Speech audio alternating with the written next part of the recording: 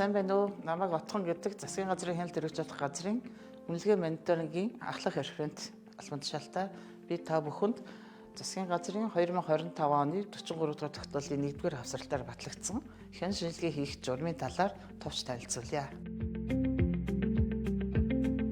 Хүслийн бодлого төлөвлөлт түүний удирдлагын тухай хуулийн 938 хүслийн бодлого төлөвлөлтийн баримт бичгийн хэрэгжилтийн тийм ээ үр дүнгийн хяналт шинжилгээний үнэлгээ хийх гүйцэтгэлийг дүгнэх журам болон тайлангийн үлгэрчилсэн загварыг батлах тийм ээ засгийн газарт ирэх болгосон залтууга мөн засгийн газар дахь хяналтын тухай хуулийн 7-2-т хууль тогтоомж бодлого шийдвэрийн хэрэгжилтийг зохион байгуулах тайлан мэдээлэл ирүүлэх явц үр дүнд хяналт шинжилгээ үнэлгээ хийх байгууллага албан тушаалтны үйл ажиллагаа үр дүн үнэлж дүгнэх журмыг засгийн газар батлана гэсэн эрх зүйн заалтын хүрээнд энэ журмыг шинжилэн боловсруулах шаардлага үүссэн юм аа. За мөн энэ журмыг одоо шинжилэн батлах гол үндсэл нь өөрөө Монгол Улсын их хурлын 24 оны 21-р тогтоолоор батлсан Монгол Улсын засгийн газрын 24-с 28 оны үйл ажиллагааны хөтөлбөрийн 4.2-3 дахь хэсэг тийм ээ хяналт шалгалтын тогтолцоог сайжруулад олон улсын үнэлгээний цогц системийг хөгжүүлэх боловсронгуй болох тийм ээ ийм үндсэн зорилт тавигдсан.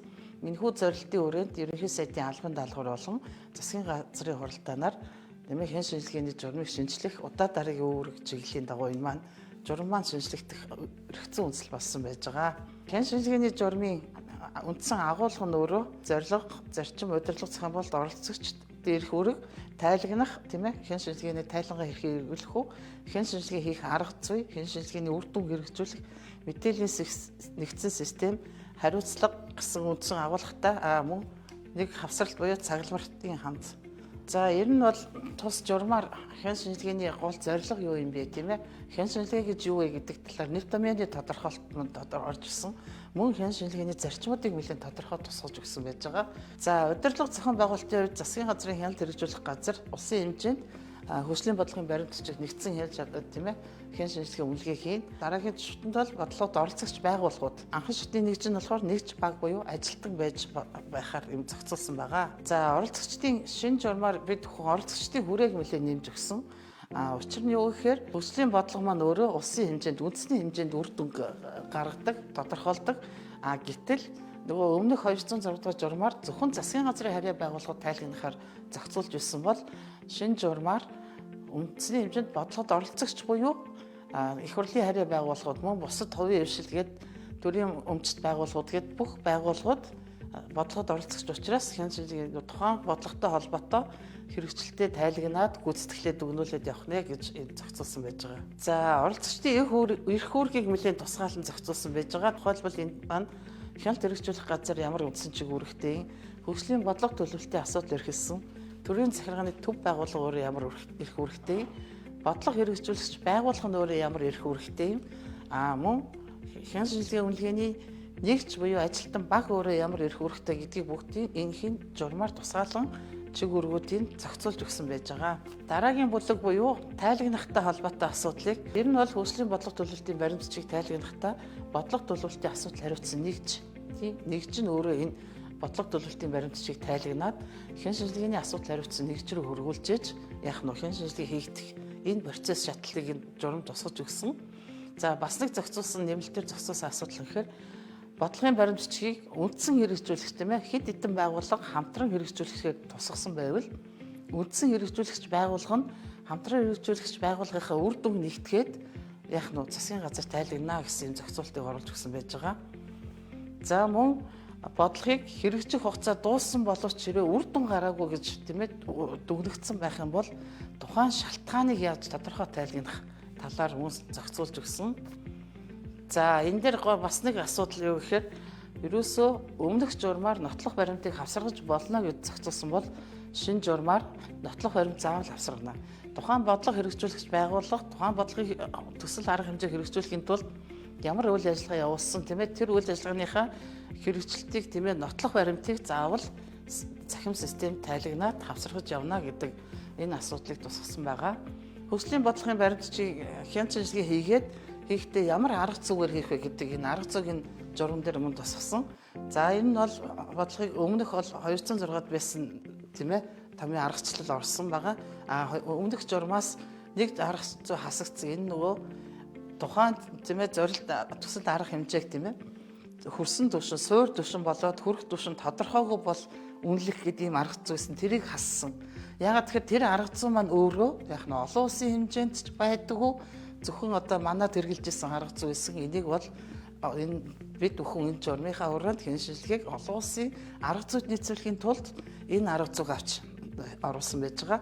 За энэ тухайн томьёогоор хэн шинжилгээ хийчээд бодлогын үр дүнгээ яаж хэмжих вэ гэхээр хэрэгжих хугацаа дууссан, хугацаа дуусаагүй буюу хэрэгжиж байгаа бодлого дээр хоёр янзын үнэлгээний ангиллыг тогтоож өгсөн байж байгаа. За хэрэгжих хугацаа дууссан бодлого дээр хэрэг тийм ээ томьёогоороо бодоод зорилттой түвшин тийм ээ хөрсөн түвшин одоо яг дээрх томьёогоор бодоод үр дүн хэдэн ямар хөвтэй гарч ийн 85 буюу түүнээс дээш байх юм бол үр дүн гарсан гэж байна. 85 буюу 85-аас доош байх юм бол үр дүн гараагүй байна гэж энэ ангилд оруулж байгаа. За хугацаа дуусаагүй буюу хэрэгжиж байгаа бодлого дээр ямар шалгуур тавьсан гэхээр 85%-аас дээш байх юм бол үр дүнтэй байна. Энэ бодлого өөрөө үр дүн гарсан байна хэрэгжүүлснээр гэ. 60-аас 84% хүртэл байх юм бол яг нь үр дүн хүлээгдэж байгаа. Магадгүй энэ дараагийн шатанд үр дүн гарахтай гэж үзэж болгоно. За 30-аас 59% байх юм бол үр дүн хангалтгүй. 0-аас 29% байх юм бол үр дүн гараагүй. Тэгээ энэ дээр мөн хугацаа болоогүй гэсэн үнэлгээний ангиллыг оруулж өгсөн байж байгаа. Ер нь бол хэн шинжилгээ хийхдээ нөгөө ямар тийм ээ үр дүнгээр нь ангилж одоо яг ямар үр дүнд ямар байгууллагын хэн шинжилгээ хийх вэ гэдгийг нь бас журмаар зохицуулсан.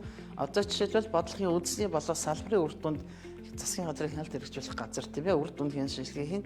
Бодлого хэрэгжүүлэгч байгууллага маань салбарын буюу төсвийн ерөнхий захирагчийн хөтөлбөрийн үр дүнд хэн шинжилгээ хийхээр энэ зохицуултыг мөн тусгаж өгсөн байж байгаа. За хэн шинжилгээ хийсний үр дүнд бид нар ямар арга хэмжээ авах хэрэгжүүлэх вэ гэдэг талаар мөн журманд тусгаж зохицуулсан. Энэ дээр мониторингийн үр дүнгээр хэрэгжиж байгаа бодлого дээр ямар арга хэмжээ авах вэ? Хэрэгжиж дууссан бодлого дээр ямар арга хэмжээ авах вэ гэдгийг зохицуулсан. Бодлогын үнэлгээ маань өмнө бид хэн шинжилгээ үнэлгээгээд нэг зүйл битээр ойлгож ирсэн. Одоо бол энэ гурван журмаар энэхүү 40 засгийн газрын 25 оны 43 дугаар тогтоолын 2 дугаар хасралтаар хөгжлийн бодлогын баримтчигт үнэлгээ хийх журмыг баталсан байна. Тэгэхээр хэн шинжилгээ хийгээд хэн шинжилгээний дүгнэлт зөвлөмжөнд үзлээд яах нь үнэлгээ хийх хэсгийг тухайн яах нь байгууллага буюу одоо жишээ нь тухайн бодлого хэрэгжүүлэгч өөрсдөө санал гаргах юм бол засгийн газрын хяналт хэрэгжүүлэх газар саналаа өргүүлээд тухайн бодлогод үнэлгээ хийх төлөвлөгөө гаргаад ажиллана гэсэн үг. Өмнө хөгжлийн бодлого төлөвлөлт түүний удирдлагын тухай хуулийн 19-ийн 1-д хэрвээ тийм ээ хуульд өөрөөр загаагүй бол хэн шинжилгээний үнэлгээний зөвлөм тийм ээ дүгнэлт зөвлөмж болгон аудитын дүгнэлтэд үндэслээд тухайн бодлогын баримтчигт өөрчлөлт оруулж болно гэж зохицуулт нь байсан эргэцэн зохицуулт. Гэхдээ яг энэ өөрчлөлтийг яаж оруулах вэ гэдэг яг нь процессын нэрээс зохицуулсан байгаагүй, зохицуулж байгаагүй. За энэ шинэ журмаар энэ асуудлыг зохицуулж өгсөн. Яг наривчлан зохицуулж өгсөн.